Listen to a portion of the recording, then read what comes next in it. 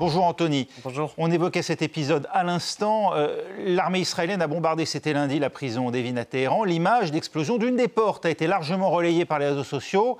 Des doutes subsistent quant à son authenticité. Effectivement, l'image, elle est aussi impressionnante que symbolique. On va la découvrir ensemble.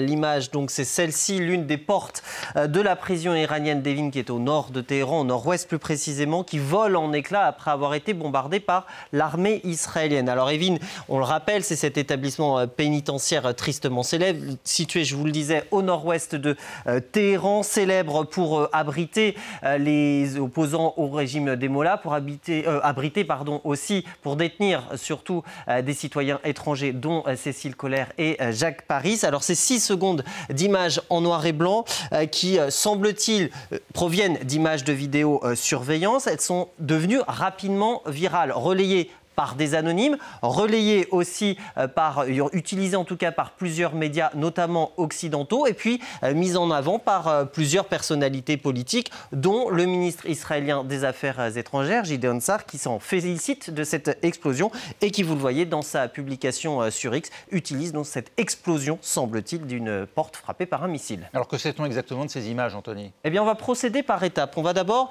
procéder à une géolocalisation. La géolocalisation de ces images nous confirme qu'on est bien à la prison d'Evin. Donc, en l'occurrence, il s'agit de la porte sud, c'est la porte principale. On va regarder maintenant, on va re-regarder les images de manière plus précise. Il y a plusieurs détails qui doivent d'abord interpeller.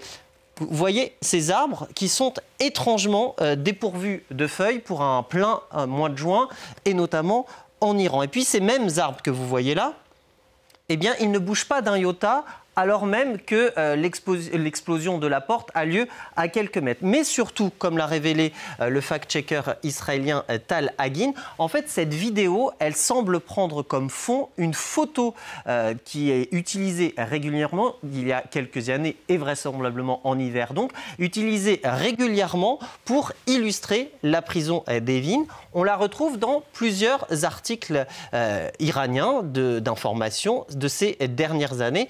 Et vous voyez effectivement qu'il y a une grande ressemblance. Regardez précisément le découpage de ces fameux arbres et de ces branches que l'on voit ici. On voit que la ressemblance est à s'y méprendre. De même qu'ici, eh bien, le découpage des arbustes, on voit effectivement que c'est tout à fait le même. Donc, cette vidéo, tout porte à croire qu'elle n'est absolument pas authentique. C'est ce qu'a souligné d'ailleurs à nos confrères de ABC News le fondateur de Get Real. C'est une plateforme qui vise à lutter contre la propagation des deepfakes, qui, eux, utilisent en fait tout un tas d'algorithmes et d'outils qui permettent de justement traquer les images manipulées, de les repérer. Alors, il n'est pas en mesure d'affirmer à 100% que l'image a été générée par intelligence artificielle. Pourquoi ? Parce que la mauvaise qualité de l'image ne rend pas tous les outils qu'il utilise assez fiables. Mais vous le voyez, il a quand même de très nombreux doutes sur son authenticité. Tout ce qui est des outils aussi disponibles en ligne dont je vous parle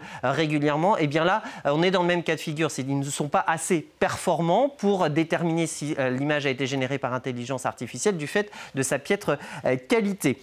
Toujours est-il, on va la revoir cette vidéo, que c'est un cas d'école de la désinformation générée par les images vraisemblablement manipulées. Pourquoi ? Parce que je vous le disais, elle a été utilisée par certains médias, notamment occidentaux, alors même qu'on n'a pas été en mesure de prouver à 100% son authenticité, de déterminer son origine ou de déterminer son auteur. Toujours est-il qu'elle a été utilisée pour illustrer un fait bien réel, puisque oui, il y a bien eu une explosion sur la prison d'Evin, et en l'occurrence sur la porte sud, aussi sur la porte nord. Là, c'est la porte sud, illustrée avec des images cette fois authentifiées. Elles ont été diffusées, celles-ci, par la télévision iranienne. Et d'ailleurs, lorsque l'on fait une petit comparatif, et j'en terminerai là-dessus, on voit que sur la photo virale, il n'y a que la porte qui explose, là où dans la réalité, on voit que c'est toute l'ossature du bâtiment qui a été détruite.